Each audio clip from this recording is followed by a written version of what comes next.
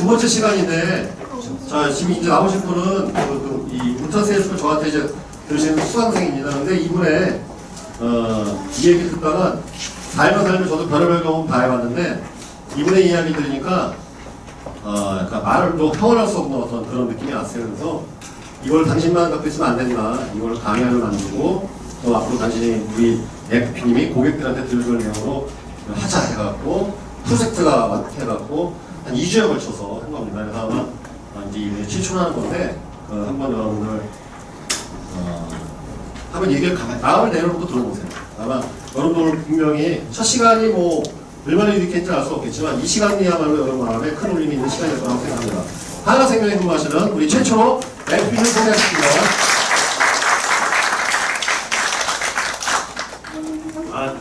너무 떨리고 제가 여기 이런 여러분들 같이 정말 대단하신 분들을 모셔놓고 이런 얘기를 해도 될지 모르겠습니다. 우선 제 인사부터 하겠습니다. 반갑습니다. 저는 하나생명에서 근무하는 최철호 FP입니다.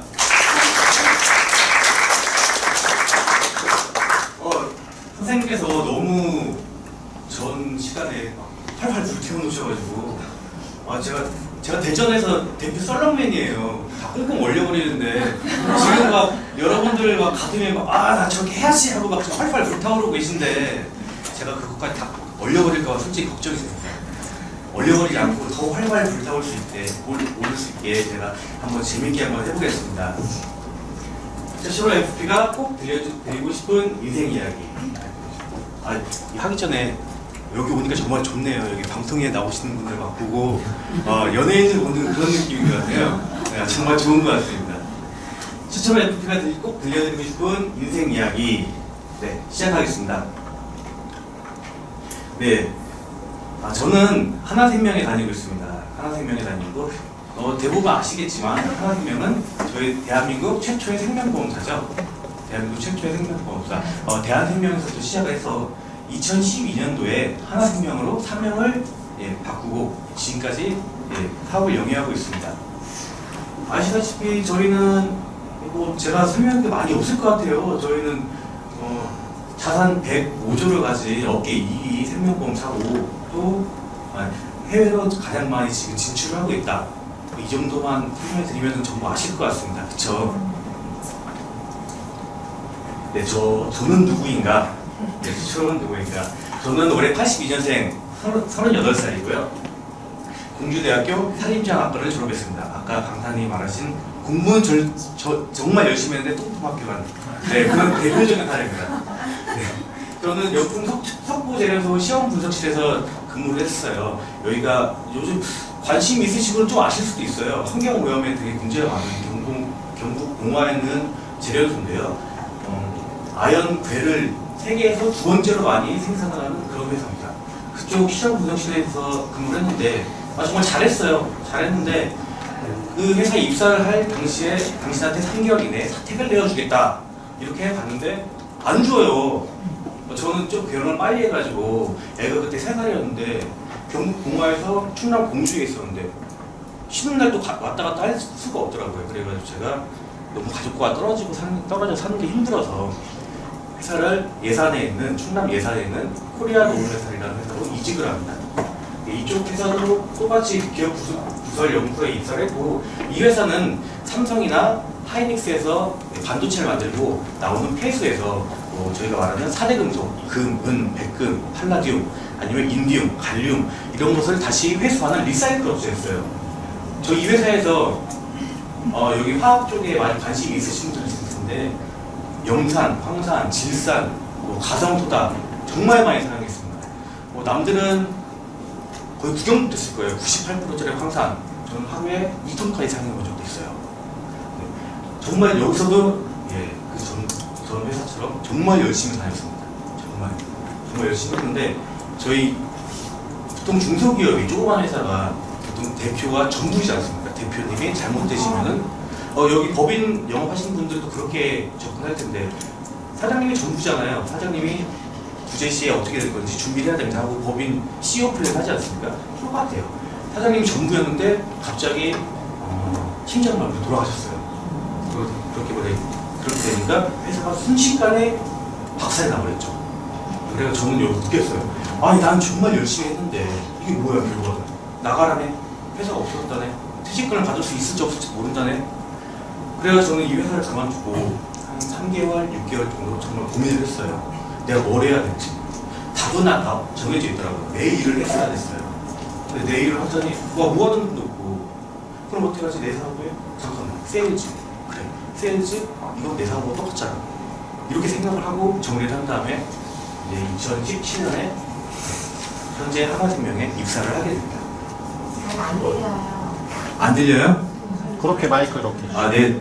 죄송합니다. 똑바로 하겠습니다. 저 수상대학에 두 군데 나와 있는 거는 저 그때 저 옆에 그냥 서 있었는데 제 이름이 올라갔어요. 그래가지고 적어놨습니다. 하도 적을 게 없어서 적어놨고요. 저는 대전에서 제 사랑하는 아내 그리고 아내보다 한 2배 정도 할게요. 2배 정도 더 사랑하는 제 아이하고 셋이서 알콩달콩 지내고 있습니다.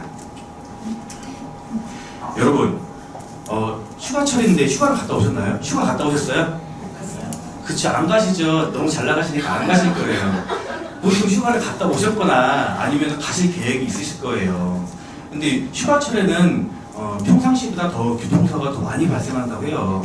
생각해보니까 차량도 많이 움직이고 또 피곤해가지고 더 운전에 집중하지 못해서 교통사고가 더 많이 발생하지 않는가 싶습니다. 저희 나라가 예전에 비해서 정말 교통사고가 줄었다고 합니다. 하지만 사고당 사망 수는 아직도 선진국에 비해서 2배가량 높다고 해요. 여러분들도 뭐 가벼운 접촉사고도 가벼운 접촉사고가 있었을 수도 있고 또 갑자기 튀어나온 차량이나 갑자기 튀어나온 사람 때문에 급정거를 하는 이런 아찔한 상황이 한두 번 정도씩은 있었을 거예요. 저희는 또 다 세일즈라니까 대부분 자동차가 있지 않습니까? 또 혹은 주변에 교통사고로 정말 많이 다치셨거나 아니면은 사망에 이른 그런 분들도 있을 수 있습니다. 저도 제가 경험한 바가 있어가지고 그 내용을 토대로 여러분들하고 한번 얘기를 해보려고 자료를 준비해봤습니다. 네, 2018년 2월 13일 화요일 오후 6시 네, 제가 이 차를 타고 있었어요.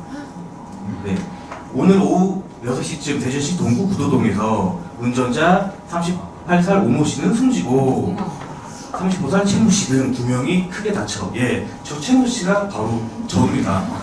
네, 제가 이때 당시에 운전을 하지 않았어요. 운전한 게 아니라 저는 이때 세일즈를 하고 있었기 때문에 또 이때 제가 빵 치고 있었거든요. 그래가지고 이 돌아가신 분이 그래 너 보험센터한테 내가 하나 해줄게 해서 만났어요. 나 신나서 막 나갔죠. 기억은 안 나는데 정말 와이프가 신나서 나갔다고 하더라고요. 신나서 나가가지고 이렇게 됐죠. 그때 저는 기억이 전혀 안 나요. 뭐 큰 충격을 받거나 뭐 끔찍한 사고를 당하면 기억 안 난다고 하잖아요. 근데 제가 그래요. 저는 이 일을 겪기 전까지는 저거 영화에서 나오는 거지 드라마 아니에요? 거짓말 치네. 저는 이렇게 생각을 했어요. 근데 제가 그 상황이 된 거죠. 교통사고가 뉴스에 나왔어요. 뉴스에 나온 거를 제가 이걸 자료를 구할 수 없어서 제가 캡처를 했는데요.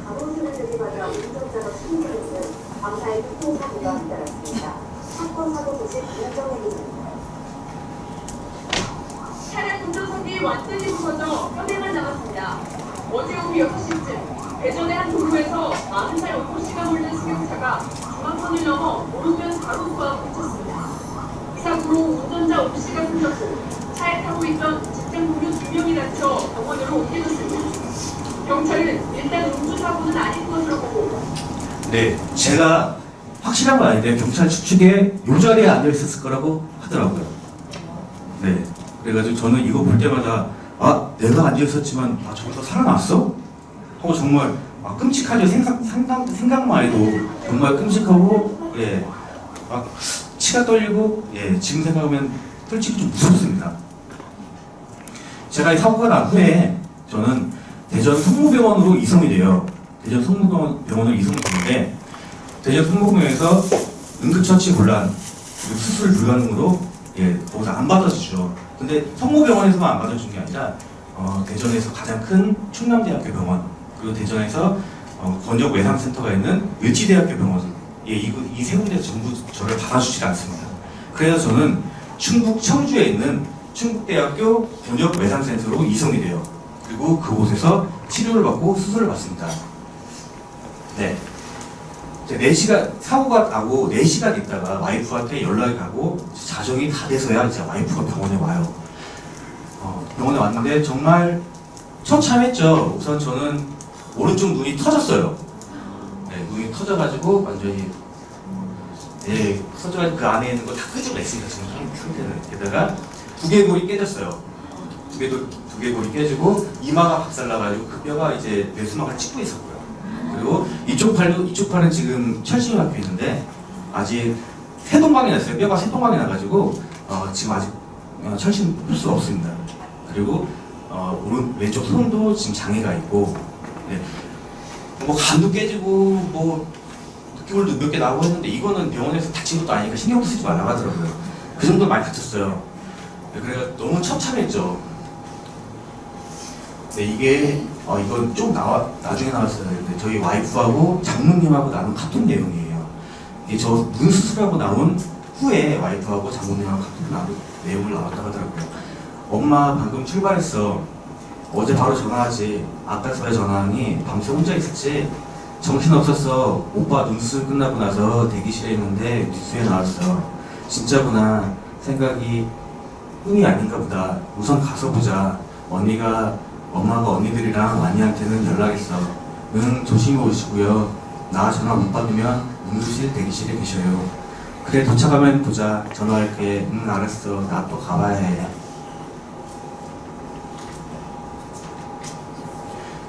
내 와이프가 저 눈 수술할 동안, 눈 수술한 게 아니죠. 저 응급실에서 이제 눈 수술 시간 잡힐 동안 혼자 미칠 것 같아가지고 무언가를 끄적끄적 썼대요.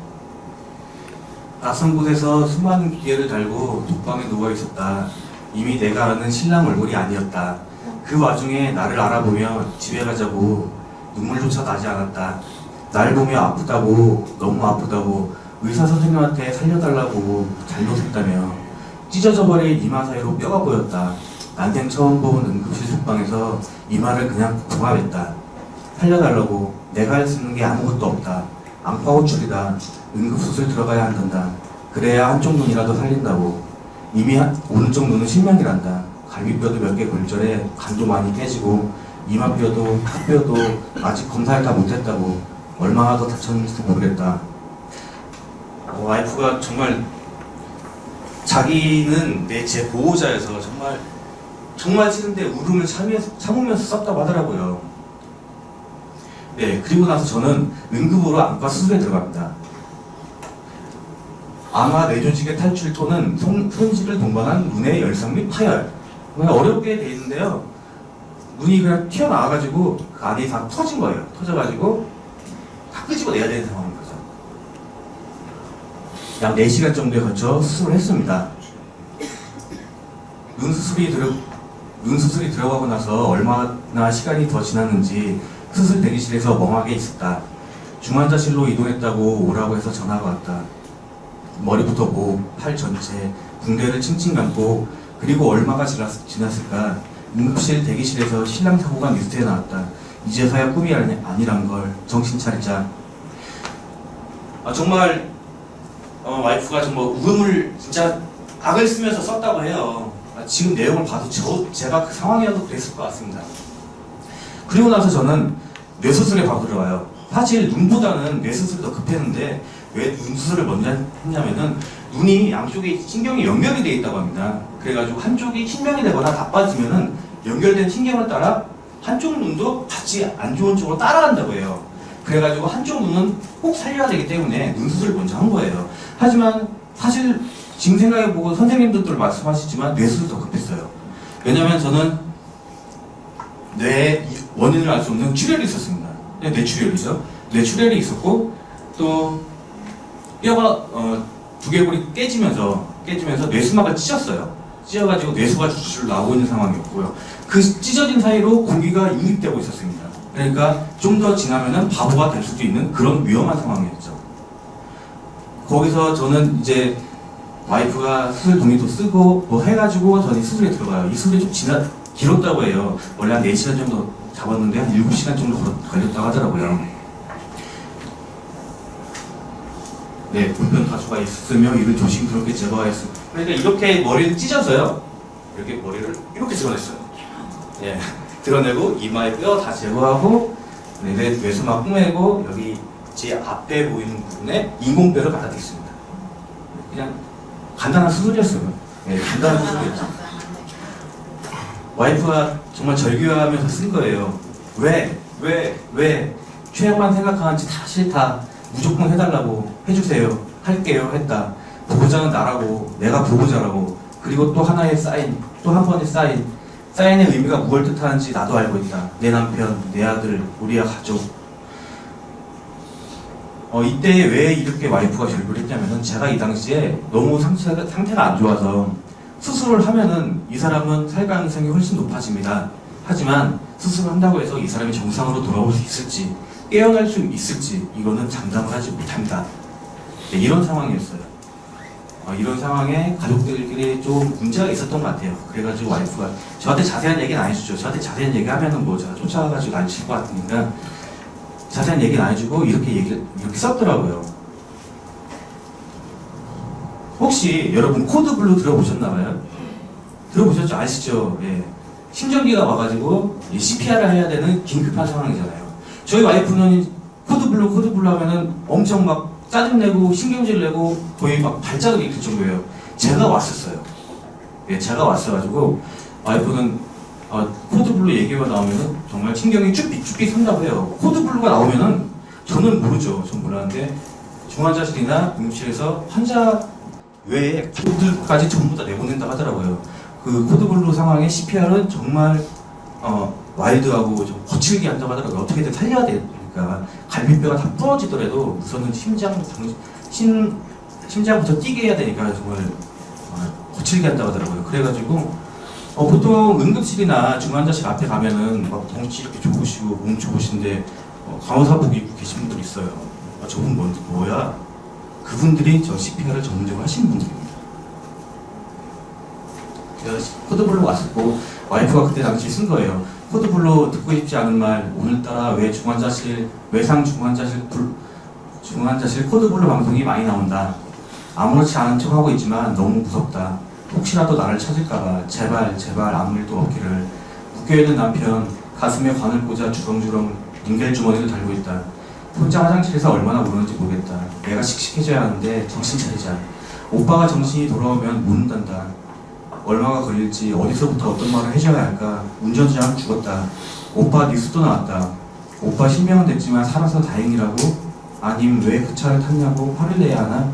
남편이 받을 충격은 우리 아들은 한순간에 모든 것이 엉망이 됐다. 출구도 없고 앞도 보이지 않고. 정신 차리자. 최초로 보호자다. 난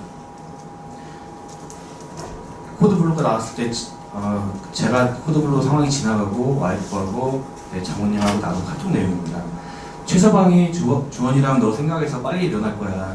그래도 다행인 건 나는 알아보잖아. 엄마 오늘 날이 이상해. 아까부터 계속 코드블루 방송해. 외상 중환자실만 왜 이렇게 나오지? 몇 번째인지 하늘문이 열렸나 봐. 최서방은 절대 안 할 테니까 신경 쓰지 말고 엄마가 내일 또 갈 테니까 둥 힘내고 있어. 마음 굳게 먹고 최서방도 너도 주원이도 다 괜찮을 거야. 힘내자. 아니야 엄마 오지 마세요. 혼자가 편해. 오빠 좋아질 거니까 그때 되면 알아보면 그때 와요. 둥이 저희 와이프 애칭이에요. 처갓집 막둥이여가지고 둥 이렇게 부르더라고요. 장모님이 이때 엄마가 내일 또 간다고 하는데 저희 처갓집이 강원도 인제예요. 네, 쉽지 않은 발걸음을 저 때문에 많이 하셨죠. 예, 제 머리 사진입니다. 예, 앞쪽 사진은 많이 처참해가지고 패스 하고 옆에 사진 찍었어요. 이런 사진 구글에 조금 찾아보면 좀 나오더라고요. 이게 제 머리 사진입니다. 제 신경외과 담당하시는 분이 저한테 아직도 이렇게 말씀을 하세요. 최철호 씨, 약이 없어요. 방법이 없습니다. 그러니까 고통에 익숙해지세요. 예, 이거 보면은 왜 고통에 익숙해져야 왜 고통에 익숙해지라고 하는지 알 것 같아요. 저는 이때 고통은 둘째치고 전 이 사진을 보면서 제가 빨리 제정신이 돌아온 걸 정말 감사하게 생각을 해요. 저는 수술을 하고 한 10일 정도 있다가 의식은 돌아왔습니다. 의식은 돌아왔는데 그 의식 상태가 제가 아니었죠. 예, 선망증상이 너무 심해가지고 알아보이는 거는 와이프밖에 없고 제가 누군지도 모르고 이곳이 어딘지도 모르고 네, 그런 상태였어요. 그러니까 병원인지도 내가 다친 것도 전혀 모르는 상태. 근데 그게 너무 심각해가지고 너무 심하게 좀 왔어요. 잠깐 오는 게 아니라 완전히 다른 사람이 있었죠. 그래가지고 그거를 병원에서도 선생님들께서 좀 더 지켜보자. 방법이 없다. 약이 없다. 시간만이 답이다. 언제 돌아오는데요? 몰라요. 한 달, 두 달, 세 달, 1년, 2년. 네. 없었죠. 방법이 없었습니다. 하지만 저는 한 달 만에 돌아왔어요. 저는 정말 다행이라고 생각하고 제가 종교가 없는데 정말 누군가가 도와주신 게 아닐까. 저도 이렇게 생각을 합니다. 제가 이제 이때가 좀 맛이 가 있을 때였어요. 정말. 제가 일본 여보 여기 어딘지 알아? 여기 일본. 형 일본에 가본 적이 없어요. 근데 그랬다고 하더라고요. 눈을 뜬 오빠가 나를 바라본다. 오빠는 알고 있을까? 한쪽 눈이 안 보인다는 걸 모르는 것 같아 보이는데 나를 알아보겠냐고 그러니까 눈을 깜빡인다. 괜찮다고 다 잘 될 거라고 웃으며 말해줬다. 오늘은 언니한테 아들 목소리를 녹음해서 보내달라고 했다. 오빠한테 들려주려고. 아빠 사랑해요. 아빠 사랑해요. 아빠 보고 싶어요. 뽀뽀 쪽.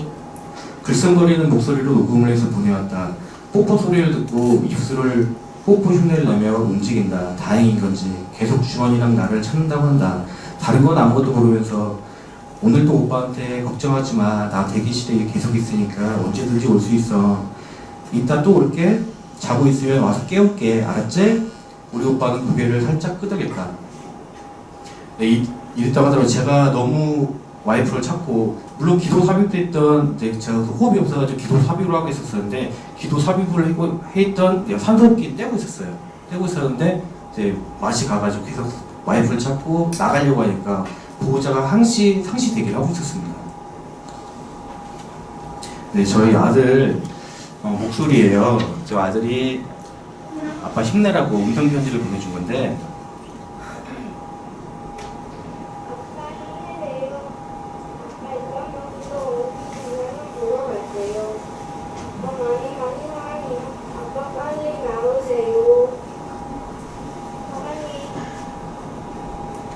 저는 이걸 들을 때마다 되게 마음이 아파요.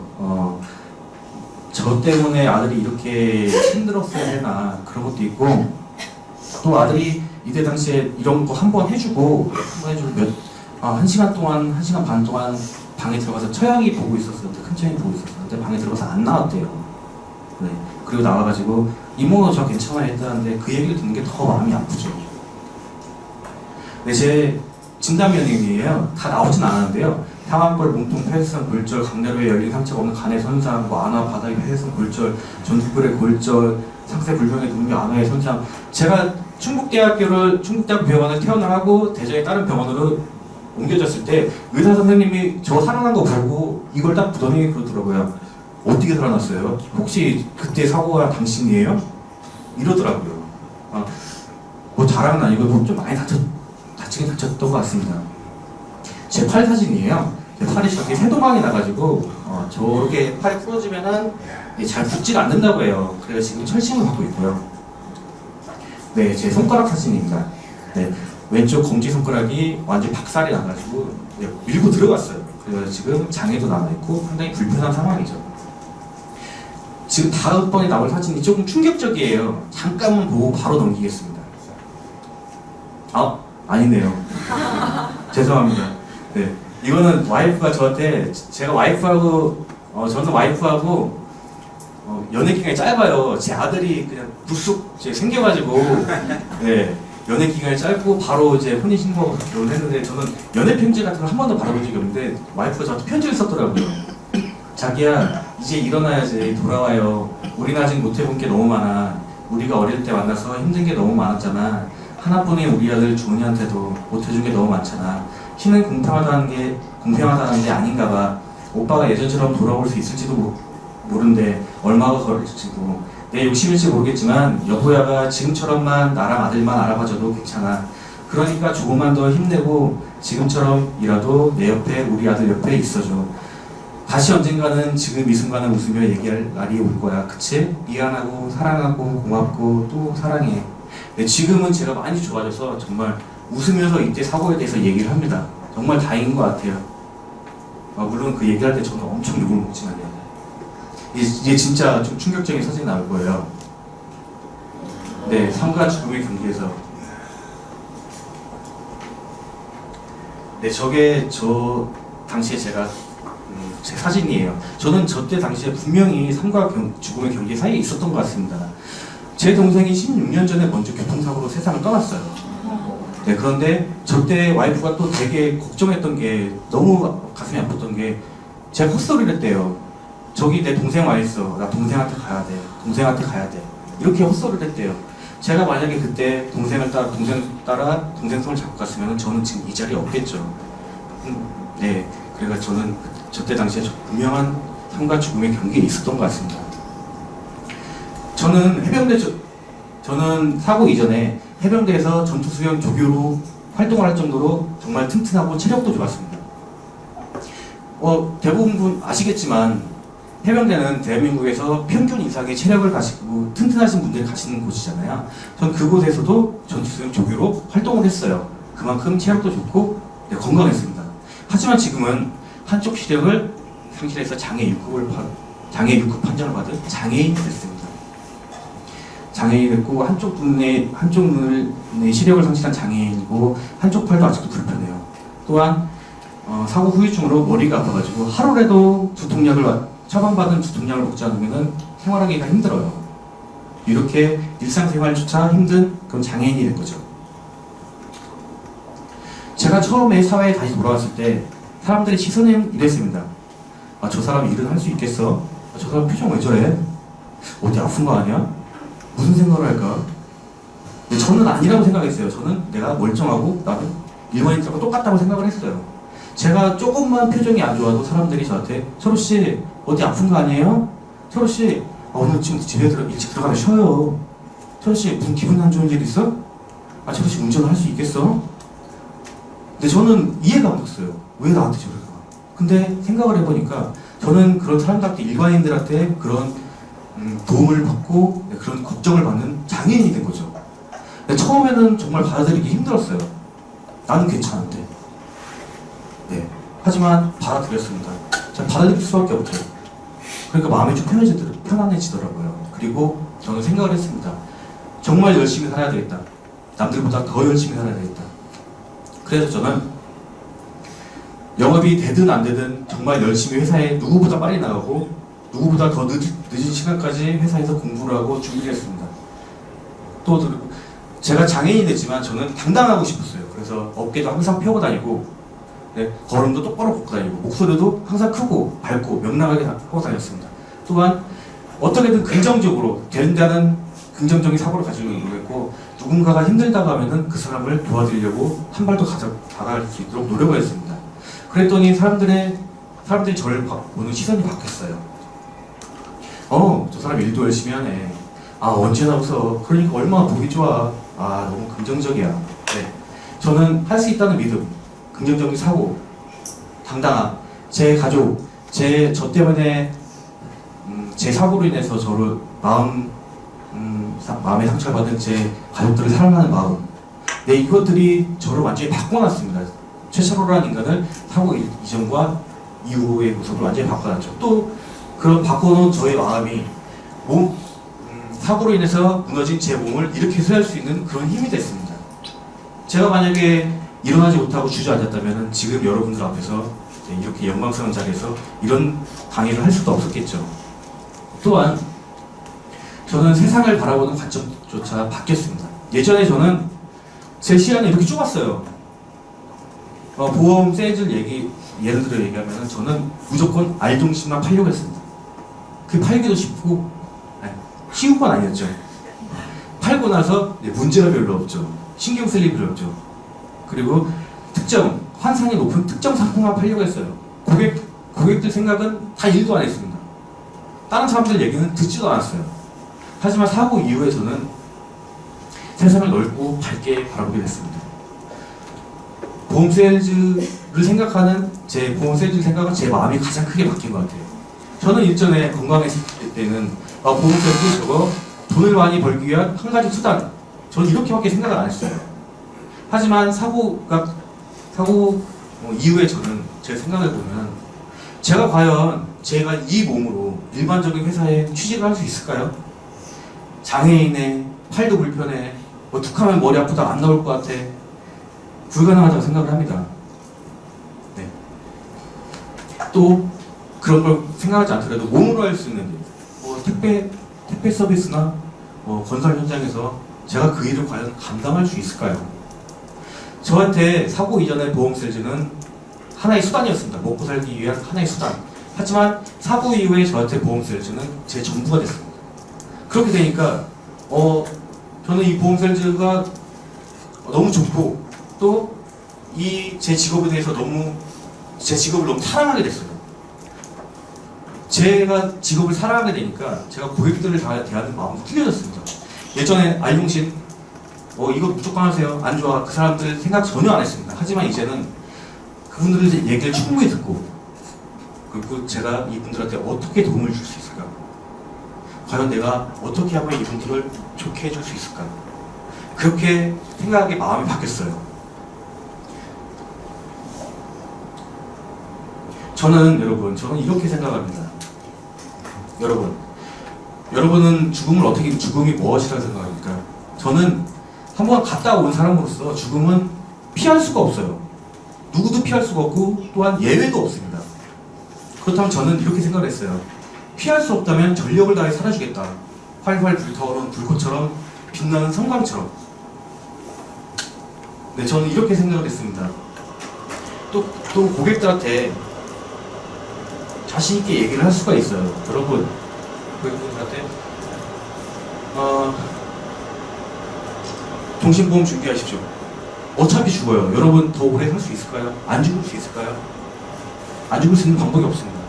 또한 죽음이란 게 언제 어떻게 한순간에 다가올 수도 있습니다. 마치 저처럼요. 그러면은 100% 아닙니까?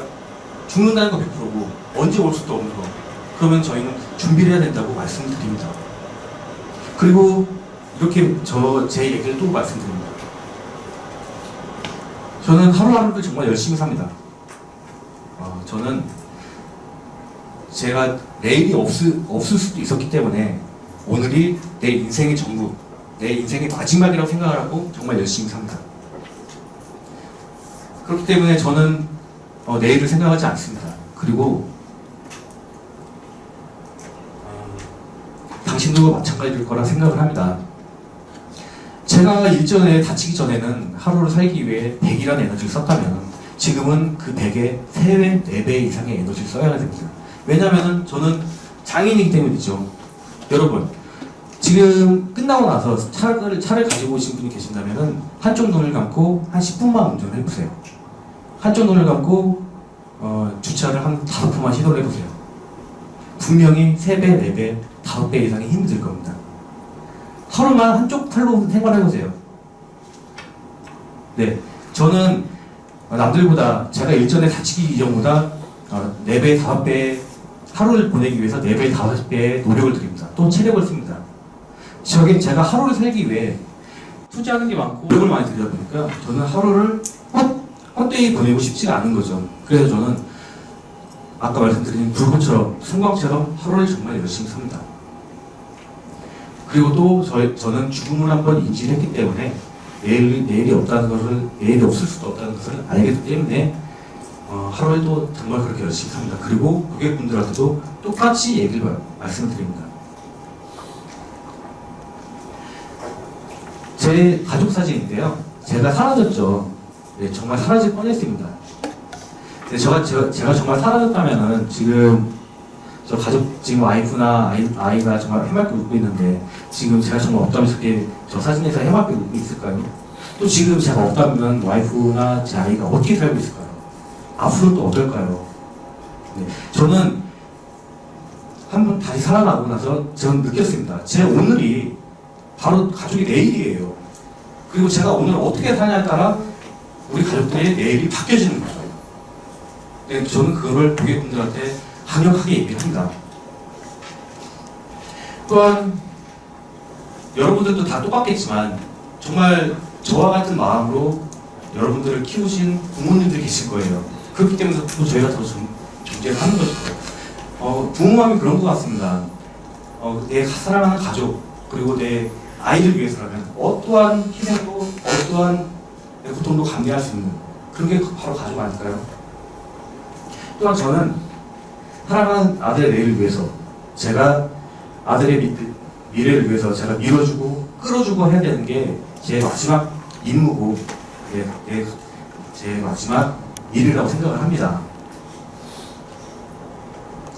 여러분, 우리는 누구나 죽는 얘기를 하기 싫어해요. 네, 거의 금기시하죠. 하다못해 건물의 4층도 F층으로 표시를 합니다.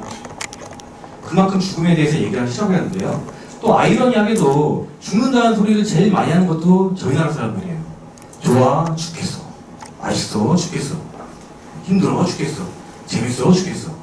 죽겠다는 소리를 정말 많이 하는데 정작 제일 중요한 자신의 죽음에 대해서는 입 밖에도 입에 담지도 못하게 하고 하지 못하게 한다는 거죠. 저희는 보험 세일즈맨들입니다. 고객들이 싫다고 해서 그 얘기를 안 하면 될까요? 고객의 죽음에 대해서 말해주고 그걸 인지시켜주고 생각하게 하는 게 저희가 가장 큰 일이 아닐까요? 고객이 싫다고 해서 얘기 안 하고 고객이 듣기 싫다고 해서 그걸 회피하고 다른 얘기를 하고 심지어 사망보험을 저축으로 판매를 하고 이게 정말 옳은 일일까 정말 생각을 해봐야 된다는 거죠. 종신보험 오늘 미래가 저의 오늘이 내일 가족의 미래입니다. 만약에 오늘 제가 없다면 가족의 미래는 누가 책임져 줄까요? 저는 그걸 책임져 줄 수 있는 게 바로 종신보험이라고 생각을 합니다. 또 당신이 죽었을 때 당신 부재시에 당신의 부재의 슬픔을 가족들의 미래로 끌고 가지 않게 할 수 있는 그런 것, 그게 바로 저는 종신보험을 생각을 해요. 그리고 내 사망보험은 그렇지만 내가 갈 때 가족들에게 줄 수 있는 마지막 선물, 내 사랑의 표시, 이것이 바로 종신보험이라고 생각합니다. 여러분, 저희는 보험 설계사고 보험 세일즈를 하고 있습니다. 고객들이 싫어한다고 해서 그걸 피하고 할 수 있는 일이 아니죠. 고객들한테 당당하게 설명을 하고 제대로 기지연계 시켜주고 떳떳하게 종신보험을 많이 판매했으면 좋겠습니다. 네, 이상입니다.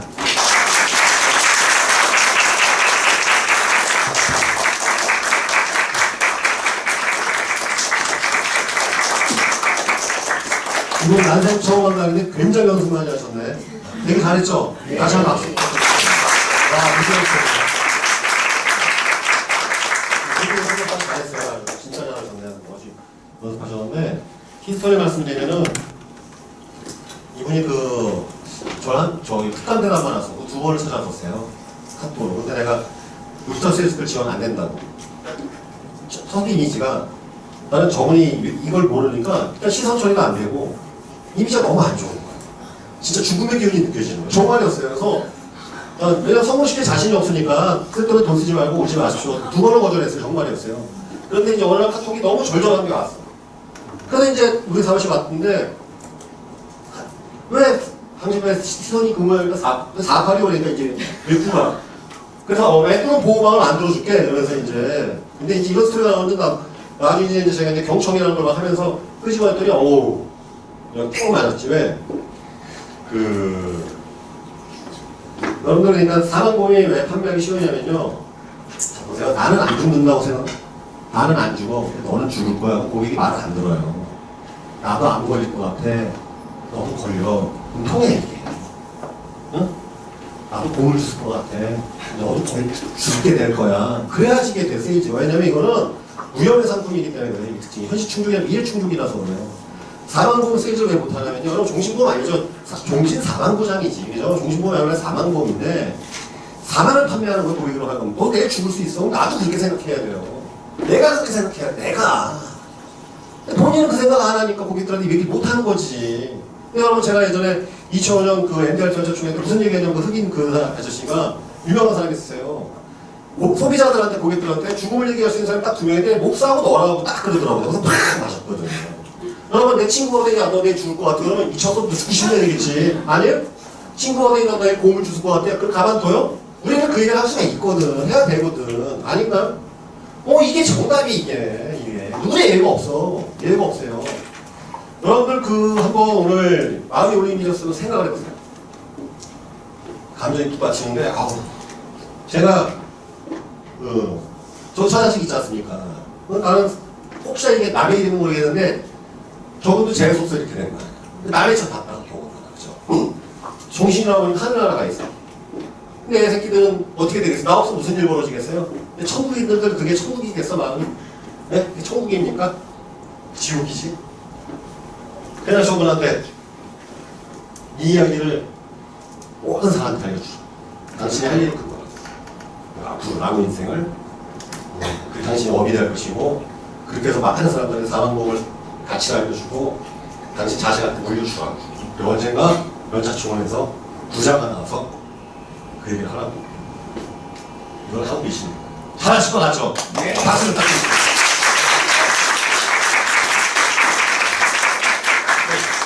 여러분께서도 이분이 대전이신데 사망보험에 대한 쪼개통이 필요하다. 아니면 여러분들도 다시 한번 힘을 느끼고 싶다. 대전에 가서 만나서 얘기 들으세요. 깨우치셔야 돼요. 한 번 얘기 안 하면 자꾸 들으십시오. 네. 대신 왼눈박이시니까 커피는 사주셔야 돼요. 여러분들이. 정말 대단한 분입니다. 이런 분들이 성공해야 돼요. 그리고 자 오늘 클로징 하겠습니다. 여러분들이 미국 돌아가시고 뭘 하시든지 이걸 사망으로 하시든지 알아서 하세요. 그죠? 네, 오늘 앞에는 팩트였고 이거는 이제 감성이죠. 다 좋습니다. 근데 중요한 것은 저는 여러분들에 대한 무한한 애정을 갖고 있어요. 방송하는 거가 아시겠지만 왜냐면 여러분들이 다녔던 권력을 다 똑같아요. 다음 여러분들과 먼저 입문했고 재수 좋게 공부하기 전에 고깃집을 해본 덕분에 그것을 백신을 맞았거든요. 빡시게라는 습관을. 그래서 좀 생각보다 실전을 잘했습니다. 그 다음에 여러 가지 일을 통해서 여러분들한테 이렇게 이제 강의라는 선배이자 저는 그런 강사가 된 것일 뿐인데 제가 늘 말씀을 드려요. 저한테 그랬어요.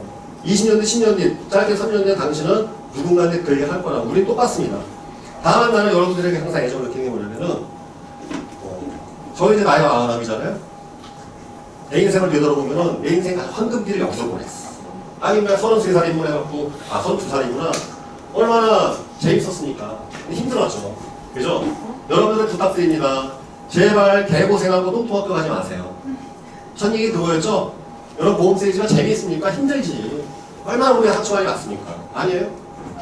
돈이라도 열심히 벌어야지. 자식들한테나 친구들한테 당당해야지. 아니에요? 다른 거 해 그냥. 다른 거 하세요. 아무리 퍼시픽 가세요. 화장품 정도 되기 쉬워 생각보다. 거기다 다 강의해서 알거든. 훨씬 쉬운 영어 많아요 아주 그냥. 사기 다단계 같은 것도 있어. 공부가 해야 뜰 준비해 이제 캄보디아에 가려고. 그러나 여러분 이 보험 세일즈는요 이게 별칙에 허용이 안 돼 문제가 진짜예요.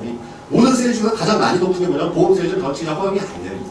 상품에 대해 보여지지 않기 때문에 협업시킬 수도 없고 소비자들이 워낙 부정적이기 때문에 쉽지가 않단 말이죠. 이런 여러분들이 힘든 점을 여러 번의 발로 선택해갖고 물론 누구나 다 MDRT라거나 누구나 COT라거나 그런 건 아닙니다. 그러나 내가 한 일에 대해서 부끄럽지 않은 생각을 해요. 정말로 저는. 그래서 저는 지금도 만약에 다시 코드를 내갖고 세일즈를 한다면 저는 사람 보험만 얘기할 거예요. 왜? 그 사람이 죽을 때 반드시 잘 생각하게 돼 있거든. 아닌가요? 맞잖아. 분명히 나한테 고맙게 얘기해. 아니면 그것이 연금이 돼갖고 그들의 노후를 살펴주면서 그들은 나에게 당신 덕분에 여러분 우리가 시간이 가면 갈수록 그리고 연말이 갈수록 이분만이 제 가슴에 남네요. 나의 오늘이 가족의 내일이잖아요. 여러분들의 오늘이 고객의 미래입니다. 그렇죠? 여러분들이 오늘 하는 행위가 고객의 미래를 만들어줍니다. 그리고 그 미래가 고객들로 하여금 빛나는 그러한 노력함을 만드시기 바랍니다. 이상으로 마치겠습니다.